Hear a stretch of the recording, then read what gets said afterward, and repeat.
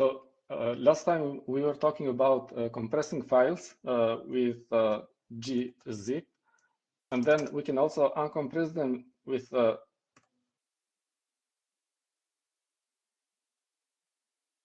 ungzip. And another tool or program that can be used for compression is bzip2. And to uncompress, we could use this program. And actually, we noticed that this program makes a better compression than gzip. And we also saw the command tar, which is used to create archives. An archive is like a single file that contains inside many directories and files, directories and subdirectories and files. So we take many directories and files and put them inside a single file for easy management, for example, for backup, and then later we want to restore. And the command tar was also combined with gzip or with bzip2 so that we can compress the archive. So usually we create a compressed archive. We don't just create an archive, but we create an archive and then compress it. And the program tar does the compression by itself if we give it the option, or if we give the option J, it is going to use the program bzip2 for compressing. And then the command tar has the option C when we want to create an archive, and we tell which file to save the archive with the option -F.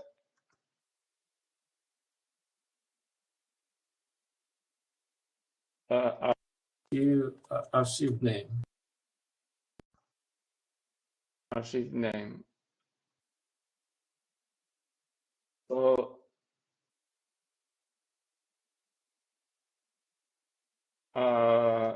we create, this is the name of the archive file.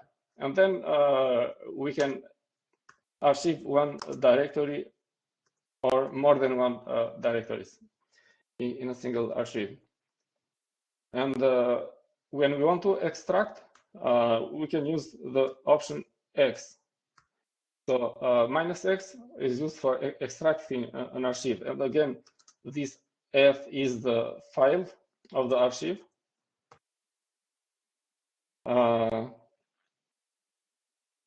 And we can also use the option T to list the content of the archive, the names of the files and directories that are in a given archive. And we also saw that yes, we also saw that it is not it is possible to extract only certain files from the archive, not all the files of the archive. And we tried some examples as well. Today we will see another program named zip that can be used both as a compression tool and an archiver. So what we have here, we have this directory testdir.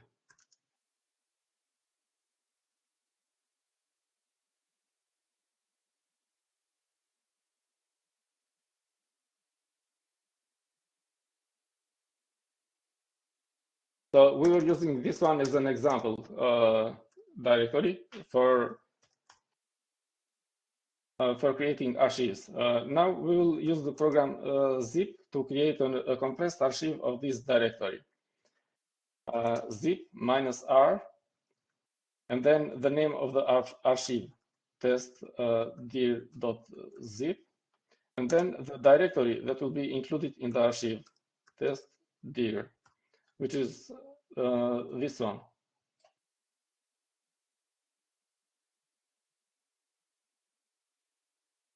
And we see this archive file that is created here. The option -r means recursive, so that it will include all the subdirectories and their files as well. So -r is for recursive.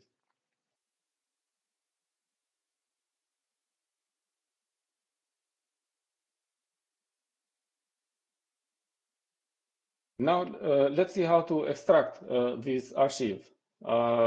Let's create an empty directory.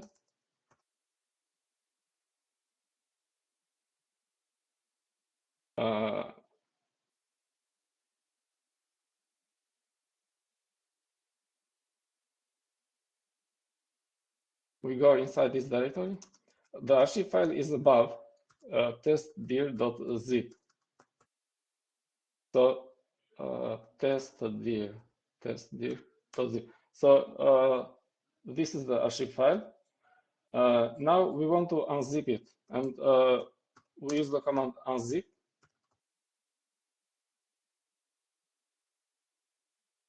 .zip to unzip this archive. And we see that it has created this directory here, which is all the files and directories that were inside the archive testdir.zip.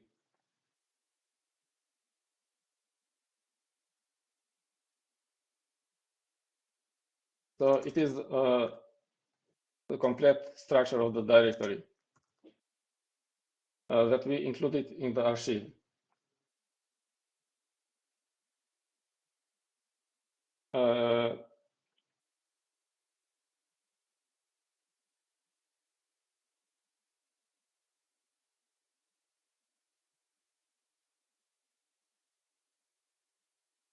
We can use the option L of the unzip archive, unzip L.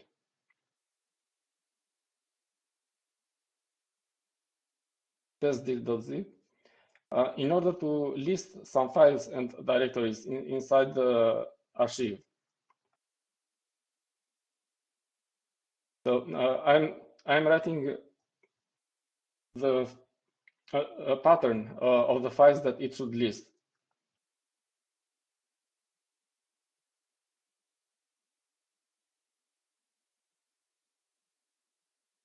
So it is going to list all the files inside the directory dir007, inside the directory testdir. So, oops. So this is a list of the files, and now we can remove this this directory, and we can extract these files from the archive.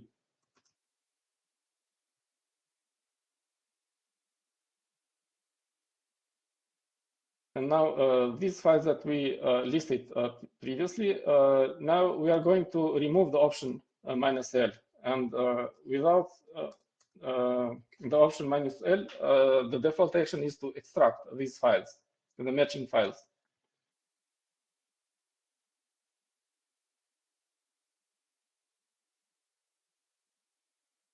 So it has extracted only the listed.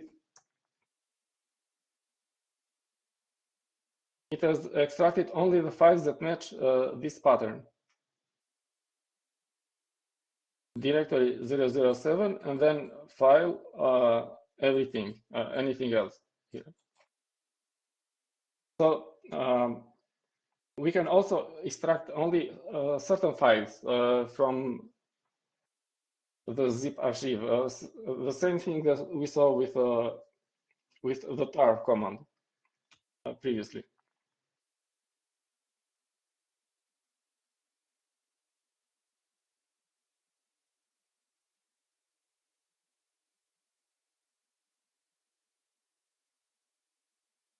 Let's do some cleanup. And now we will see another very useful command, which is called rsync. This sync is for synchronization. So it is synchronizing two different directories. And this R is for recursive, or it can also be for remote, because this command rsync can be used to synchronize two local directories, one source directory and one target directory, but it can also be used to synchronize two directories that are on different servers. One directory is in one server and another directory is in another server. So these R can also stand for remote synchronization, or recursive synchronization, because it synchronizes all subdirectories and files as well. So let's see an example. We have this directory testdir.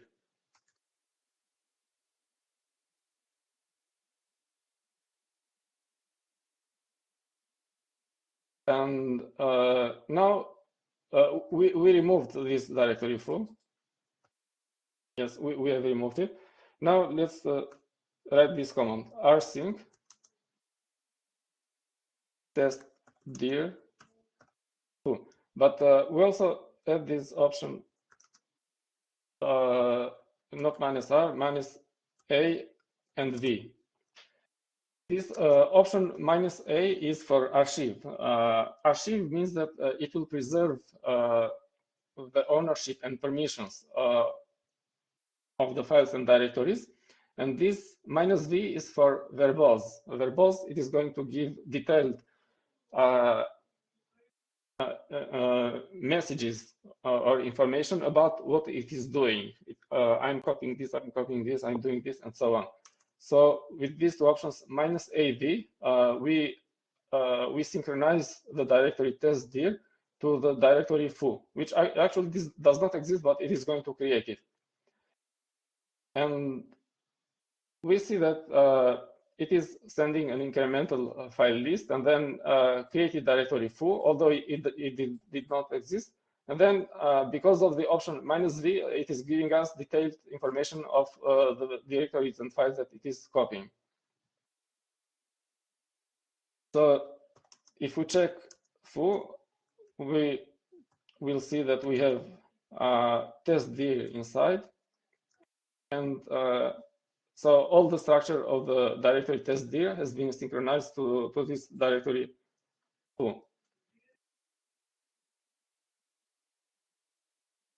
Now, an interesting thing is that if we try again the same synchronization,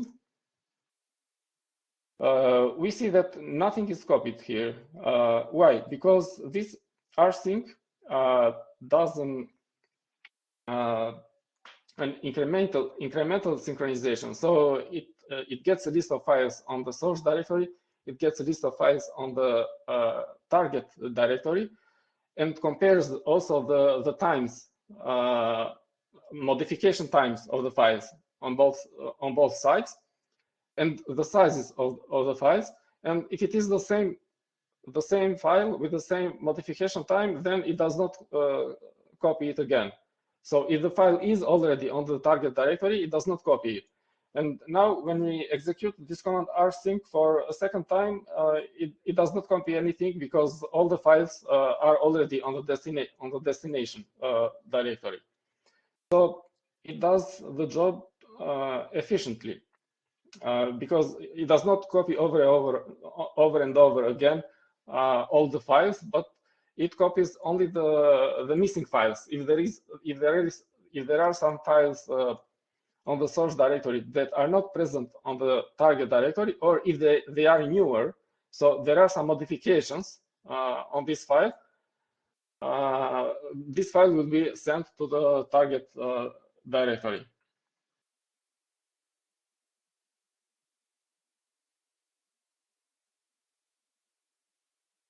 Now let's see that it copies only the files. Let us test this feature of rsync. We are going to modify one of the files on the source directory.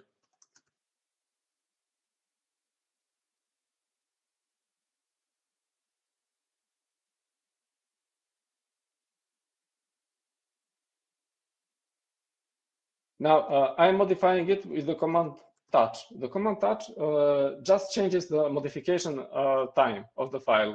It does not modify the content, but anyway, nevertheless, it counts as a modification. So this file is already modified. It will be considered as modified because it has a different modification time than the file on the target directory. And now let's execute the rsync command again. And we see that it is copying, it is sending only the file that has been modified, that has a recent, a newer version. So it copies only the files that are modified. And if I try it again, then now nothing is copied because the source and destination are already synchronized. So no need to copy any files between them.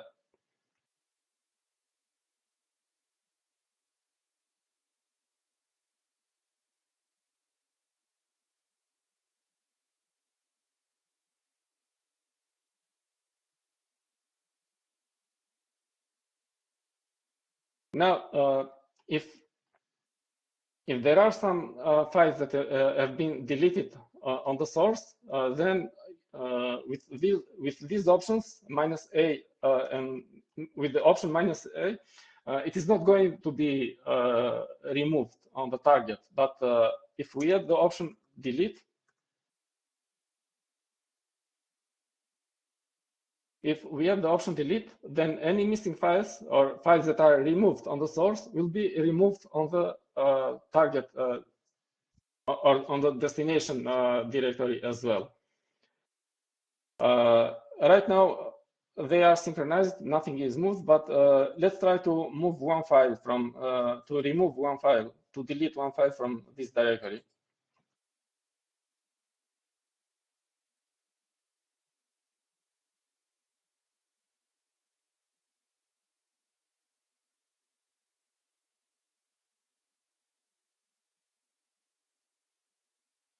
So I'm removing this file from the source directory. And let's try again the synchronization command with this option delete.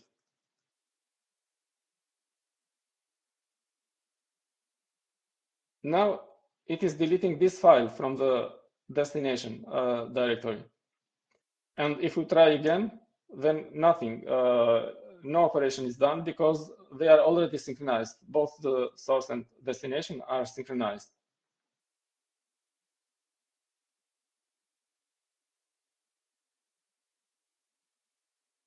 Later, we will see that rsync can be used can be combined with the command SSH to synchronize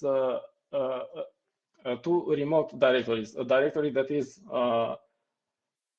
somewhere on a server, on another computer as well.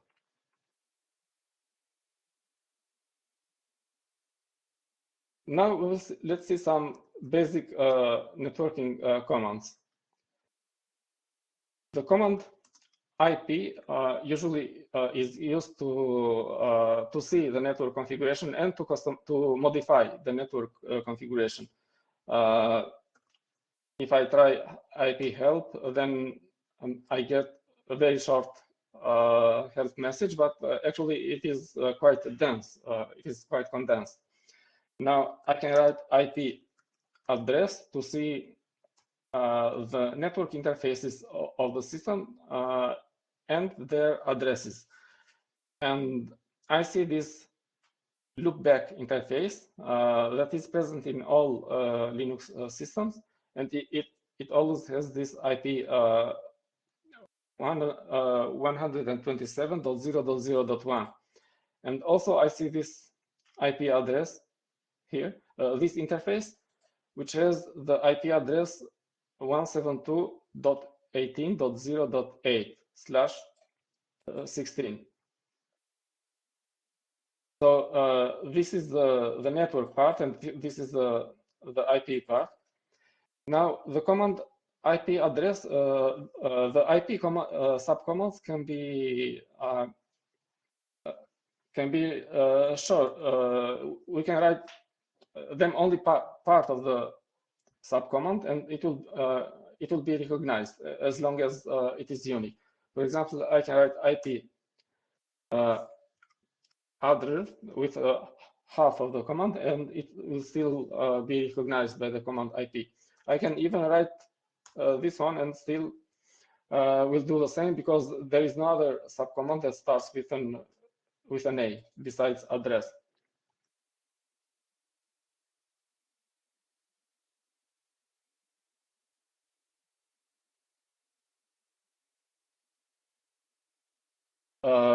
When I type just IP address, then all interfaces are shown, the interfaces for all the addresses. But if I add show and then the interface name, which is this one in this case, then it is going to show only the IP address for this interface.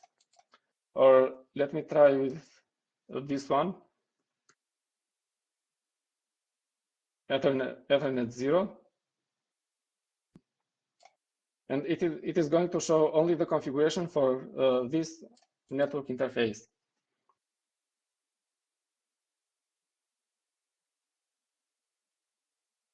IP root is showing the roots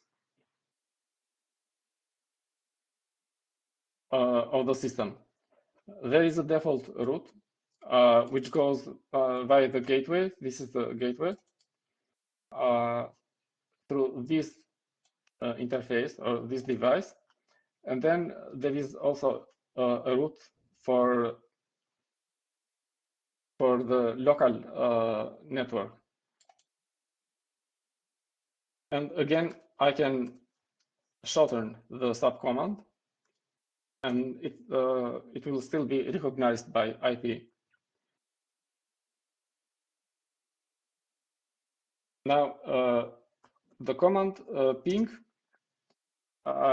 can be used to check for the availability of another server with a certain IP address. For example, if I say ping 8.8.8.8, then it is going to send some probing messages to this address, and then it will see whether it gets any response from that server. And now I press Ctrl+C to cancel it. So it is sending a test packet or package, and then it gets a reply. And then this is the delay between the time that the packet was sent and the time that it received the confirmation or the acknowledgement from the server. By the way, this is one of the Google servers IP. So this IP belongs to Google, and it is frequently used to check that we have internet connectivity. So if we can ping this IP somewhere on the internet, it means that our server is connected to the internet. We already have internet connection. The command dig can be used to show the IP, to get the IP address of a certain server with a given name. For example, dig linuxcommand.com.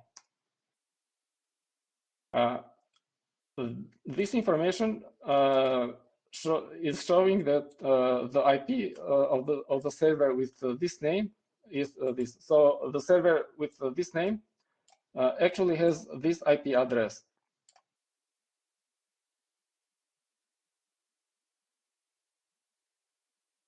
And if we add the option sort, then we just get the IP of the server, not the additional details or the additional information.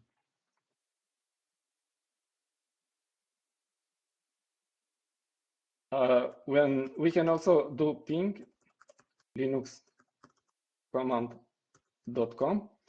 And in this case, the command ping, first of all, is going to resolve this name. Resolving the name means getting the address of the server. And the address of the server is this one. And then it is going to send packages to this IP address to check that this server is online or is available, is reachable. So you see that, let's interrupt it with Control C. So we see that, first of all, it is resolving or determining or finding the IP address of the server. And then it is sending packages to this IP address.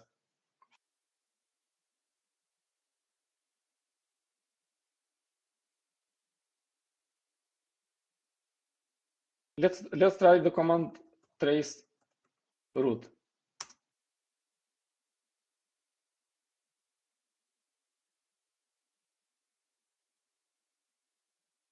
The command trace root is showing how we connect to this server. So from our machine, we go to this node, and then to this node, and then to that node until we reach this server. So the first node is the node with the name edu, which has this IP. And then the second node is the node gateway, which has this IP. And then it is this node, which has this IP.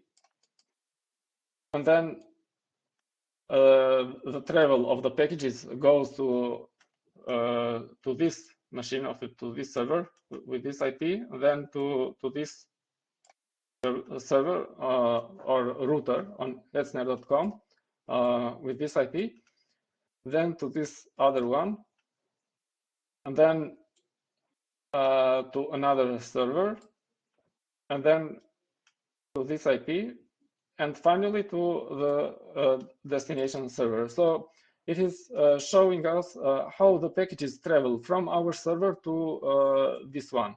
So the route that the packets are taking to reach this server. And the routes in the internet actually are kind of dynamic. So if we try another day, maybe it will take a slightly different route. It is not fixed, or sometimes it may change.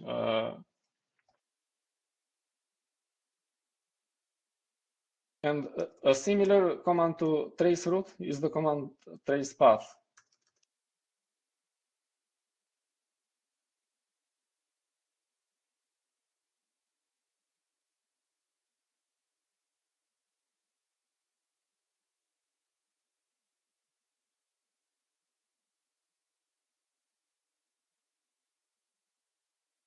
I have a strange line in trace route. I wrote it in the chat. Oh, let me check.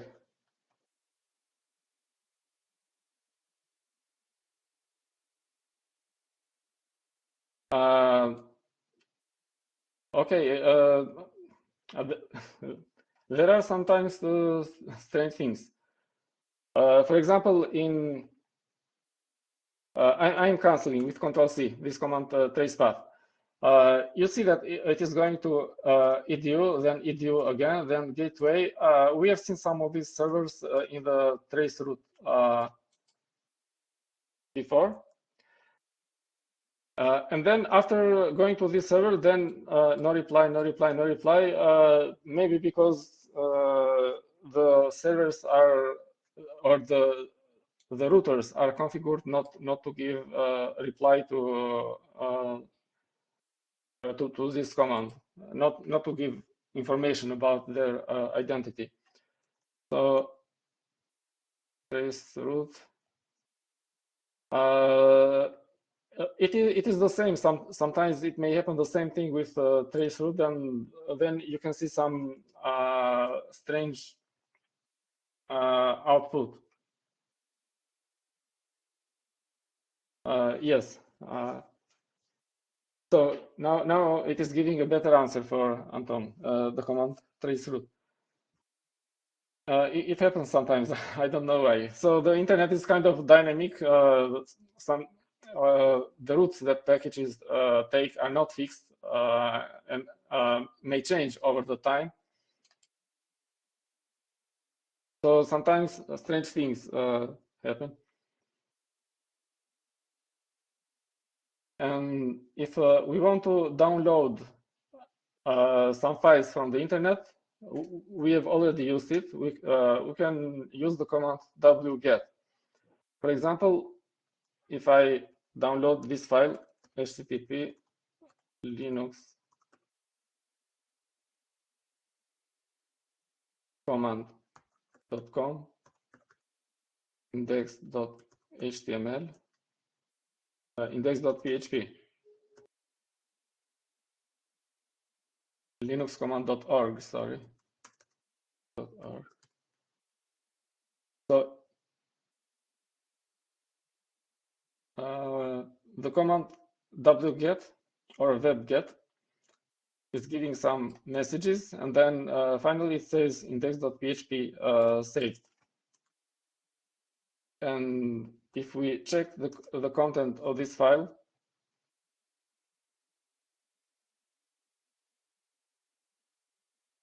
this one, index.php, we can check it with the command ls.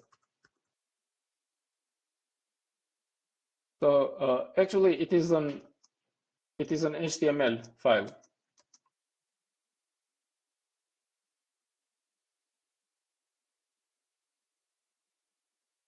So although the name is index.php, actually it is producing an HTML file.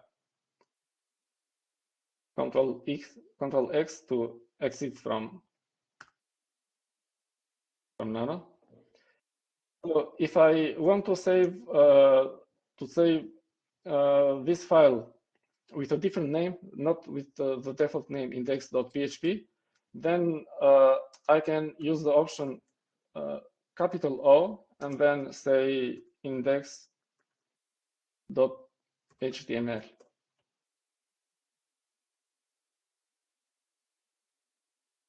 And now it is saved in the file with the name index.html. So this minus capital O means output. So send the output to this file, to the file index.html.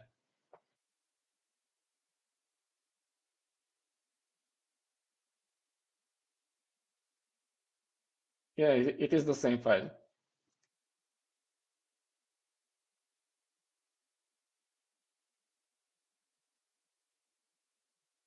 Another command similar to wget is curl or curl. And again, we can give an URL address, http linuxcommand.org index.php. Not found. Let me try to install it quickly.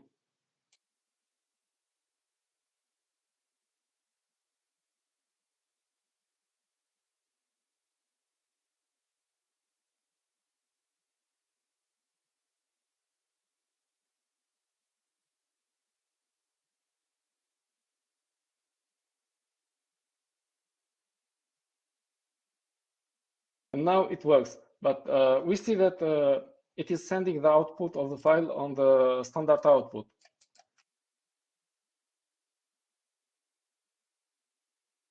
So it is sending the output to the screen.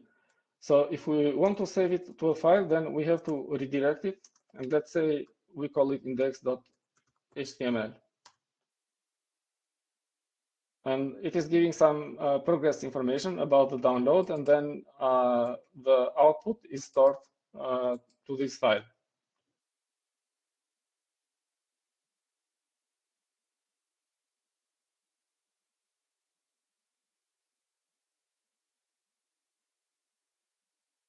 Now, another tool for network communication is netcat, and the command is actually nc, netcat. So we have cat, which displays the content of a file, or gets some input and then sends it to the output. So this is what the command cat does. It gets some input from the standard input, and then it sends it to the standard output.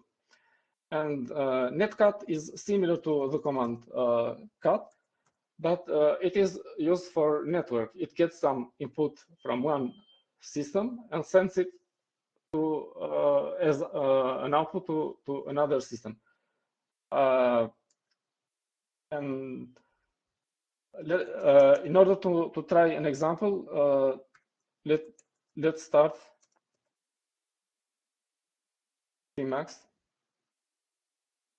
Because in Tmax we can use different, we can use more than one shell. And to create another shell, I press Control B and then C for create. So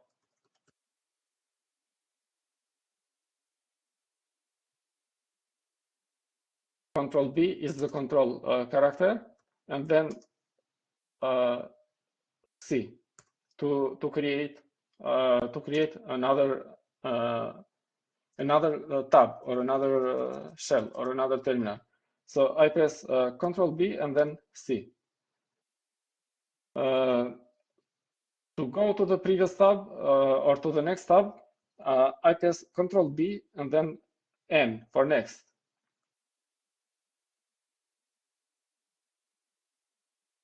N for next. So press Control B first and then press N for next. Or it can be P for previous, Control B and P for previous. Or it can be Control B plus 0 to go to the first tab, or Control B plus 1 to go to the second tab. So let me try Control B and then N. I do an ls here, then Control B and N, go to the next tab, LSL here. So Control B N, Control B N, Control B N, Control B N. I'm switching from one to the other. Let's make it clear here. Now I will type the command nc, and then the option -L is for listen. It is going to listen to some port. Let's say it is listening to the port 1, 2, 3, 4, 5. It doesn't matter. It can be anything. So it is listening to this port on localhost on this machine that we are running, and press enter. Now it is waiting to get some input, and it is waiting by listening to this port. And whatever input it gets on this port, it is going to send it to the screen. But no input is coming yet to this port, so nothing is being displayed to the screen.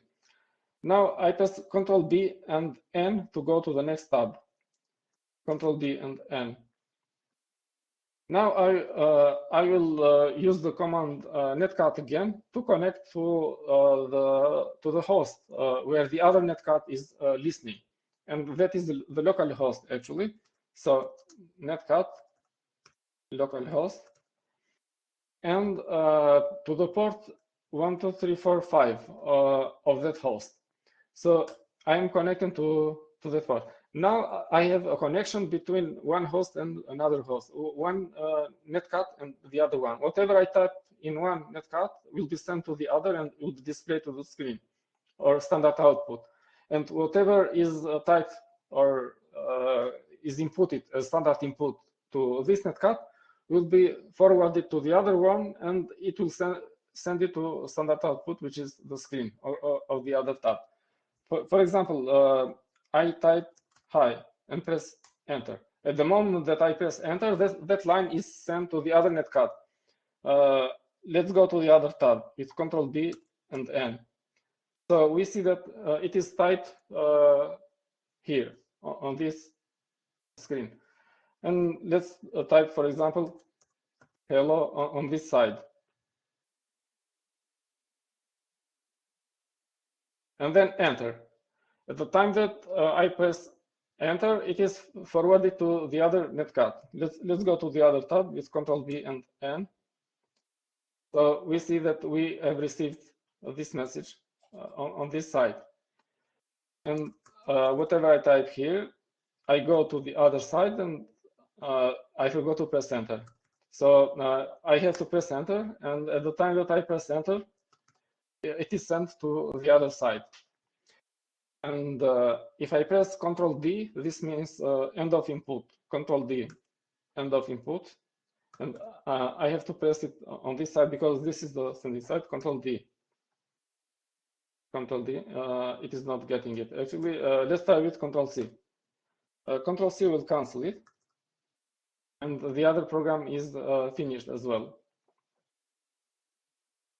So this does not seem very impressive because we are doing it inside the same server, but it can be on a different server. So one netcat in one computer and the other netcat in the other computer. And this is a simple way to communicate between two computers through the network. That's why it is called netcat, because the communication goes through the network. We can use netcat also for file transfer. For example, let's try to transfer the file etc password. So let's start to listen again to the port 12345, but this time we are redirecting the output to the file. So usually the output is sent to the standard output, which is the screen, but now we are redirecting it so that it goes and it is saved to this file. Now let's go to the other side and we'll start netcat localhost 12345. But now we are getting the standard input. Yes, Anton. I missed the step when you created the two links in the shell. Okay. Control B, it doesn't work in my shell. So I missed something. Yeah. Okay. I see your comment. It is Control B plus C. C is to create. So yeah, it doesn't work. It doesn't work in my shell. I'm missing something in my shell of my local host.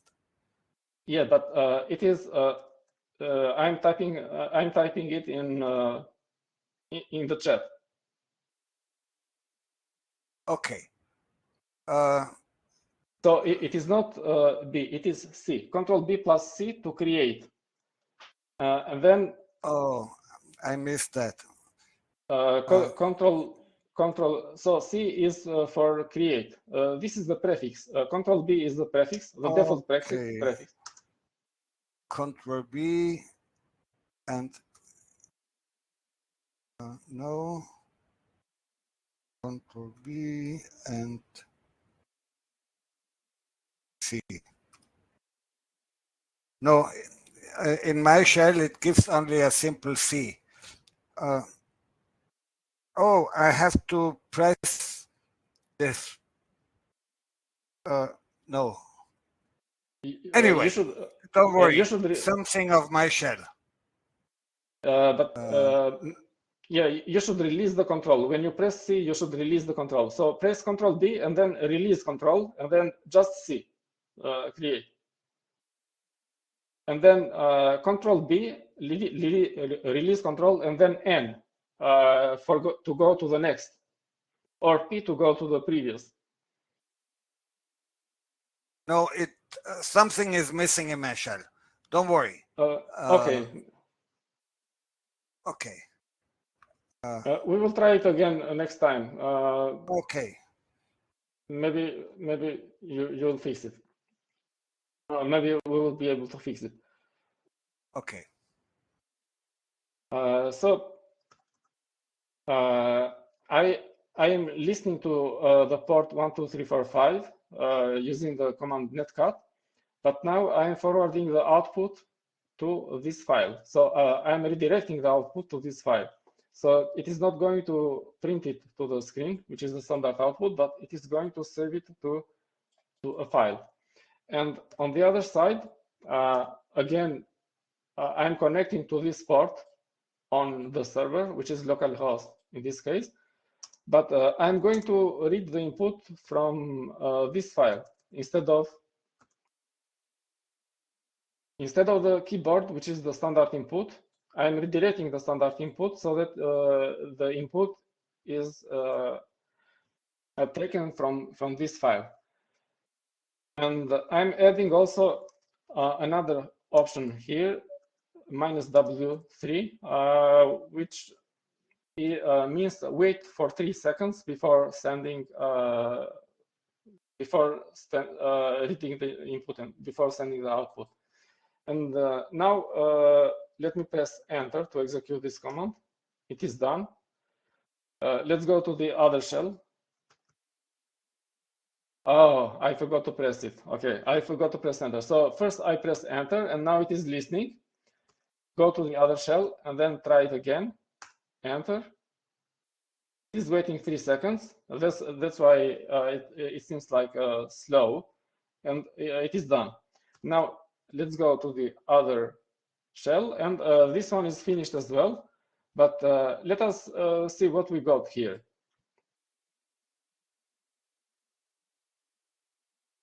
So we got the file that we sent from the other shell, or from the other system.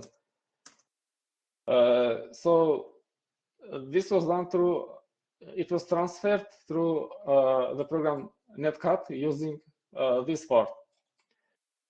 And we can also have some more complex transfer cases or examples. For example, we can transfer a whole directory as well.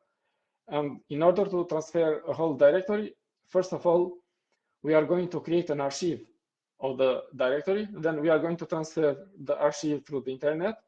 And then on the other side, we are going to extract the archive. And this way, we are going to transfer, we can transfer a whole directory from one side of the internet of the connection to the other side. So let's see an example like this.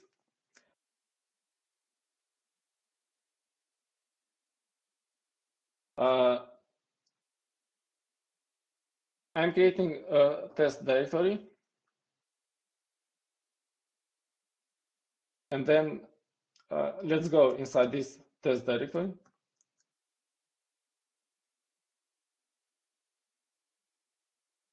And on the other side, we have this test dir that we want to transfer.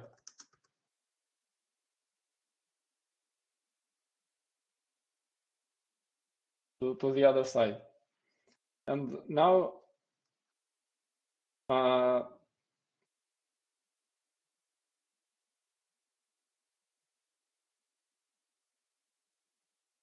here I'm listening to the port something, and then whatever I get from netcat, I'm piping it to the command tar, and the command tar is going to extract the archive. It will be a compressed archive with gzip, so I'm using the option Z as well to unzip it.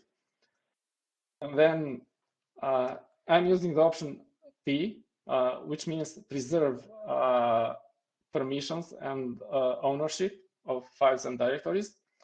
And then the option -F is going to be minus. So the archive actually is the standard input. If we say -F and then the name of the file, instead of a file we give minus, it means get the archive from the standard input. The standard input is coming through the pipe from the command netcat. And we can either write it like this or like this. it is the same.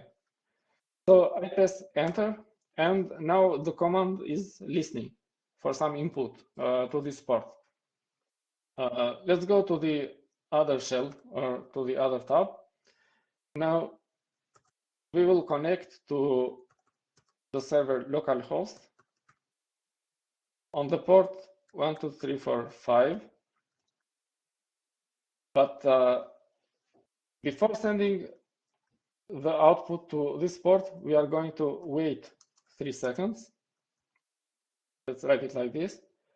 And actually, we are going to get the input from the pipe.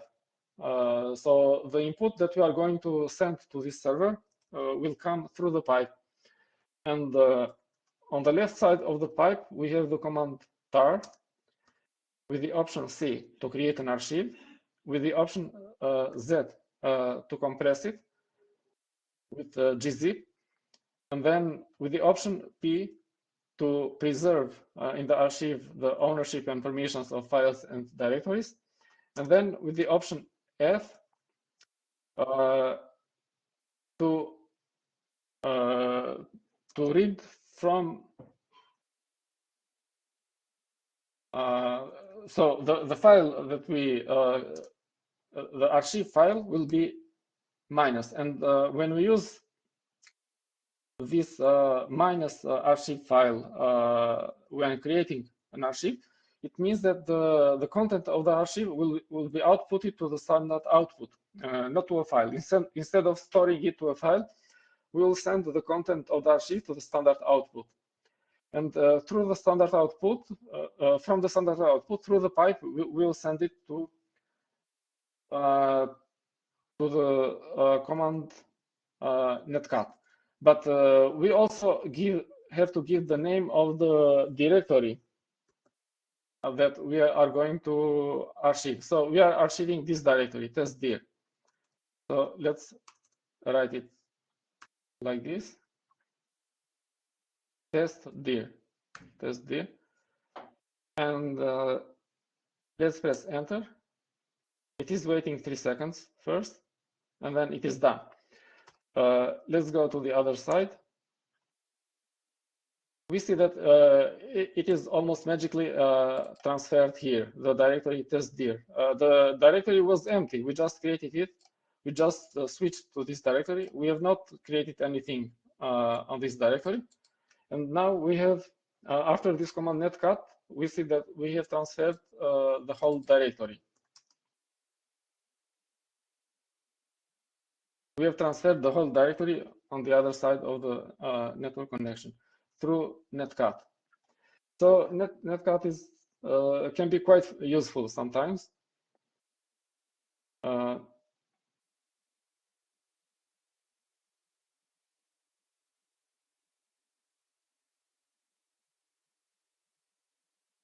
Now, another command which is very useful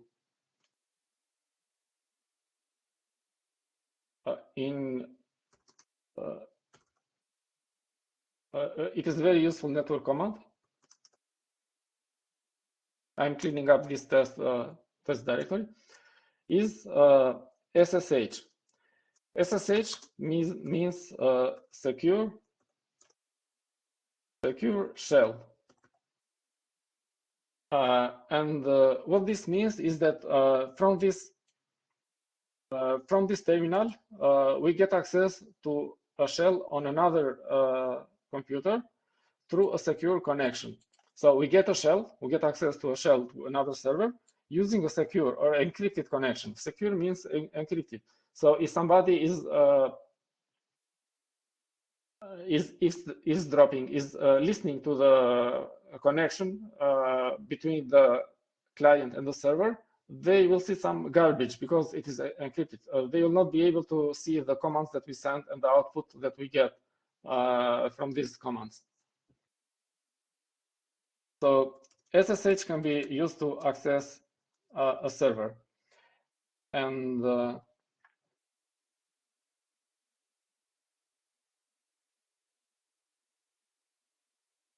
let's try to access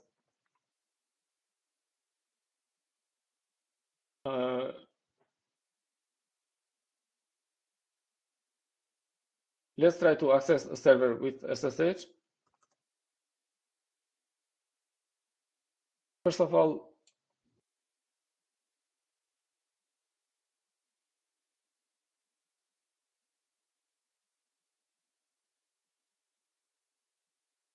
let's ping it to see whether we can reach it.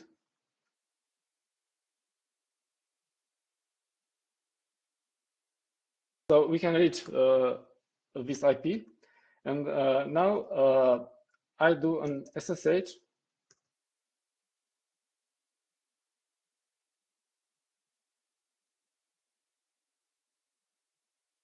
And first time it is asking me, first time that I connect, it is asking me whether the server is authentic or not. I will assume it is authentic and press yes, type yes and press enter. And now it is asking me for the password of the account Dashamir on this server. And I'm typing my password. And I am inside this account on the other server. So my initial account was on server Linux CLI, and it was user 1. And now I am on a shell on the server 1, and my username is this one. Now Tony can use the account Tony to access this server, and Andri can use the account Andri.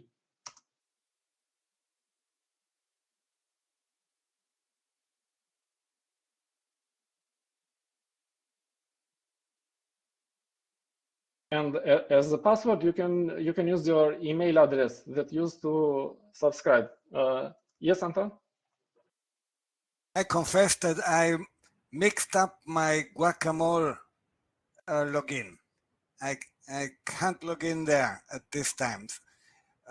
You'll help me, but now let's go on. Let's go on. Anton, this is an important point because a couple of days ago I did an upgrade to the server that we are using for testing, and probably the password that for some reason I don't know why the passwords have been lost, and you should try your email address as a password on Guacamole. With Tony and my email address.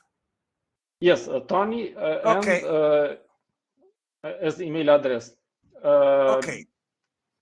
Because I think I missed something, I did something wrong, and the passwords were lost. Okay. For some reason. Tony and my email. Va bene? Yes. I'll try. Yeah, you can try it now.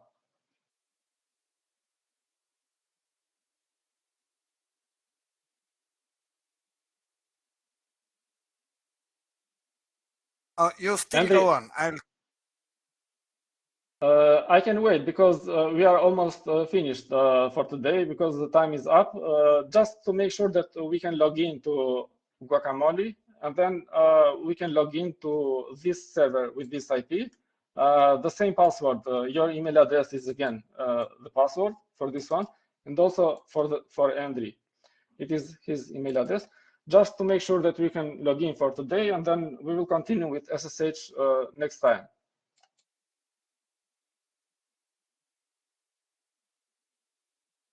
Andri, are you able to log in? Yeah, one moment.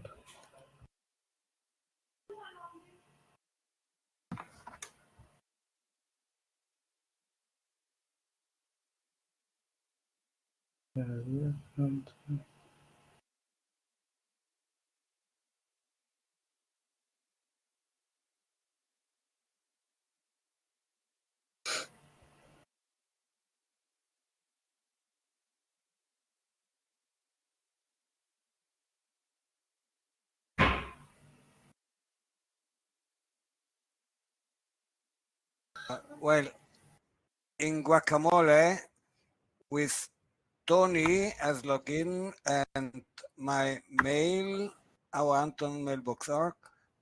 At present, it does not work. Okay, let me try to fix it, Tony. I Okay. can log in to my account. You log into Guacamole? Yes. Okay. And then, Andy, did you log into this server 10.92. No, 1 second.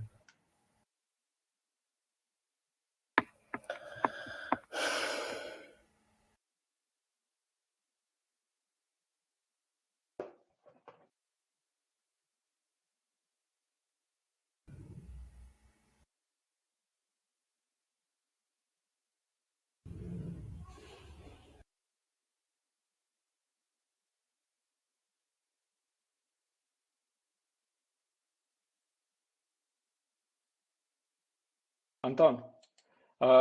Yes. Here here at Apache Guacamole here, username is Linux, and then the password is CLI.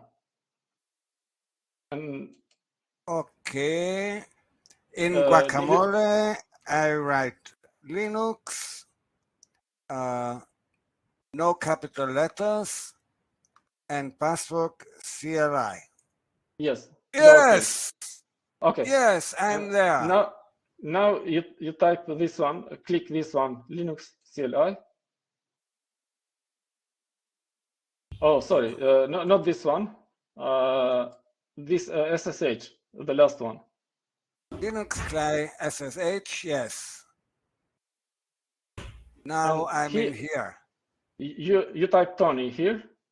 And here I type Tony and my,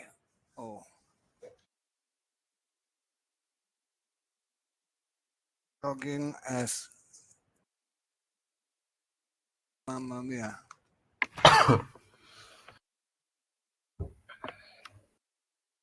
Tony, and the password is my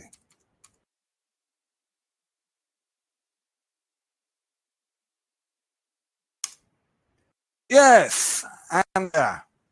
Okay, and now you type. Wait, where am I? And now you type SSH Tony at this address. Okay, could you put it in the chat so I can copy it? Yes, yes.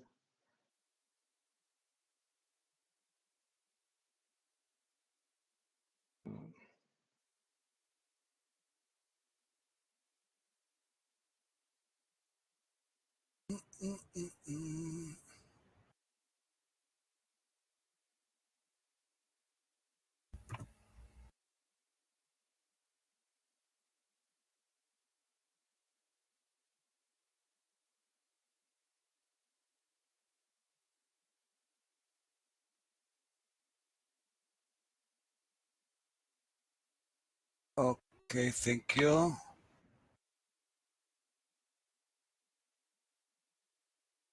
Password is again your email address. Yes, yes, yes.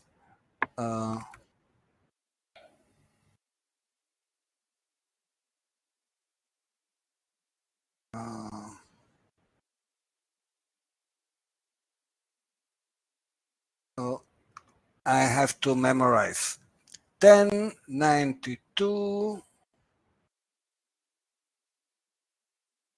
1092 186 186 141 186 141. Yes, I'm there. Okay, just Andy, you logged in as well to this account. Did you log in? No, And my set. and my password is my mail address. Oh, Yes. Anton. Andrei, did we have some problem or? 1 second. Okay. You should say yes. If it is asking for something, you should say yes. You should type yes and then press enter. Yes, I said yes, and I'm there. Mhm. Andrei, did you log in? Yes, yes. Now try this ls minus al, and you should get some output like this.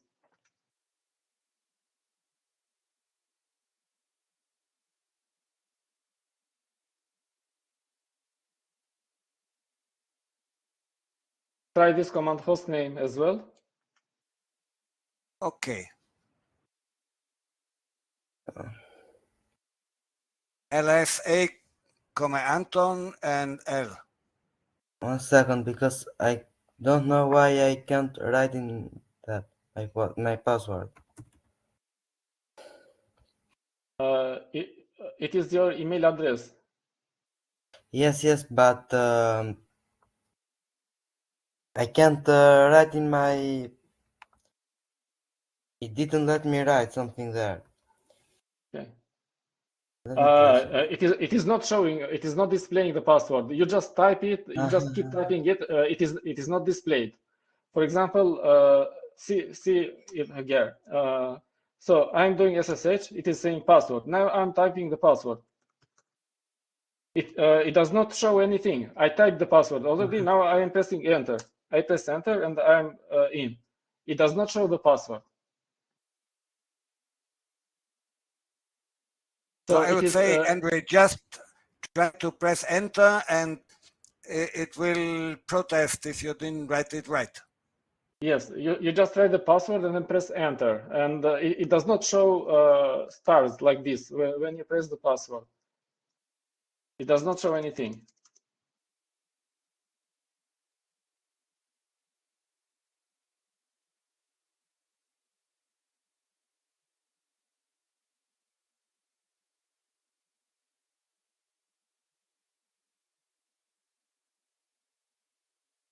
Andrei, if you want, you can share your window with me.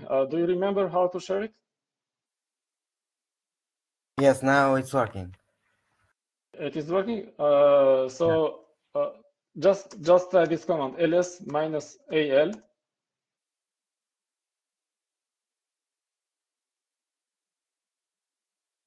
And then try host name.